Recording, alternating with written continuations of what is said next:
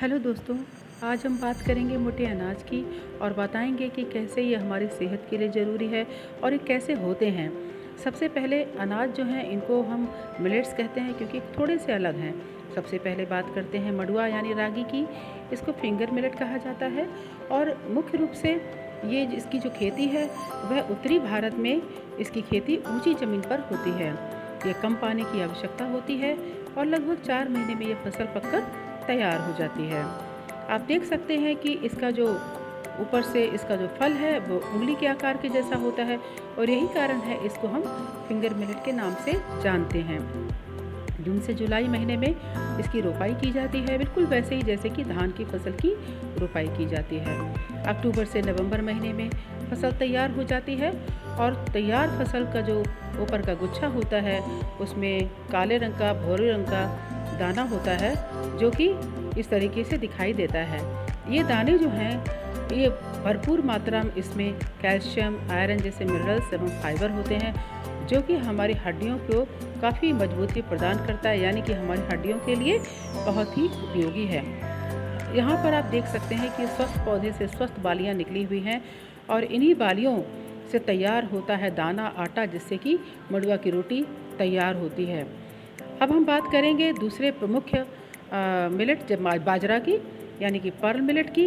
बाजरा की मुख्य खेती जो है राजस्थान में होती है और इसकी खेती जो है सभी मोटे अनाजों में सबसे अधिक होती है, यानी कि सबसे अधिक उपजाया जाने वाला ये मिलेट है और इसके लिए कम पानी और ऊंची ज़मीन की आवश्यकता होती है। यही कारण है कि उत्तरी भारत में इसकी खेती काफ़ी बड़े पैमाने पर की जाती है। आप देख सकते हैं कि इसके छोटे छोटे दाने हैं जिसकी वजह से ही इसको पर्ल मिलेट कहा जाता है। कुछ लोग दानों को यूं ही उबाल कर भी खाते हैं, पर कहीं कहीं लोग इसे पशुओं के चारे के लिए ही बोते हैं, यानी कि बाजरे की उपयोगिता दोनों के लिए है, यानी कि हमारे लिए भी है और पशुओं के लिए भी है। बाजरे के दाने का आटा बनाकर इसकी रोटी खाई जाती है और इसकी रोटी बहुत ही पौष्टिक होती है क्योंकि इसमें विभिन्न प्रकार के मिनरल्स और फाइबर्स होते हैं। इसमें प्रमुख रूप से प्रोटीन होता है और अमीनो अम्ल पर्याप्त मात्रा में होता है। इसी प्रोटीन और अमीनो अम्ल के कारण ही इसमें कैंसर कारक जो टॉक्सिन होता है वो नहीं बनता है और जिसके कारण ये जो बाजरा है ये स्वास्थ्य के लिए बहुत फ़ायदेमंद है और इससे स्वास्थ्य को कोई नुकसान नहीं। पर बाजरे की खेती में आप देखेंगे कि ये जो बाजरा तैयार हो जाता है, परिपक्व होता है, तो इसकी पत्तियां सूख जाती हैं। ऐसे में हमें लगता है कि पौधा ख़राब हो गया, परंतु ऐसा नहीं है। ये ऐसा इसलिए है क्योंकि पौधे में बालियां पककर तैयार हुई, अब इसकी कटाई होगा। हरी पत्तियां जो हैं उसका पशु चारे के रूप में प्रयोग किया जाता है, जिसको कि किसान चारे के लिए लेते हैं। आप देख सकते हैं कि ये बाली है पर्ल मिलेट की, यानी बाजरे की, कितनी सुंदर और खूबसूरत बाली है। इसमें लेकिन एक समस्या चिड़ियों की होती है, चिड़ियाँ दाना चुग जाती हैं, खा लेती हैं। इस समस्या के समाधान के लिए हमारे दर्शक और हमारे किसान बंधु ऐसे ट्रैप लगा सकते हैं, फंदे लगा सकते हैं, जिससे कि चिड़ियों को पकड़कर आप वहीं बाहर छोड़ दें। अगला मिलेट है ज्वार यानी कि सोरगम।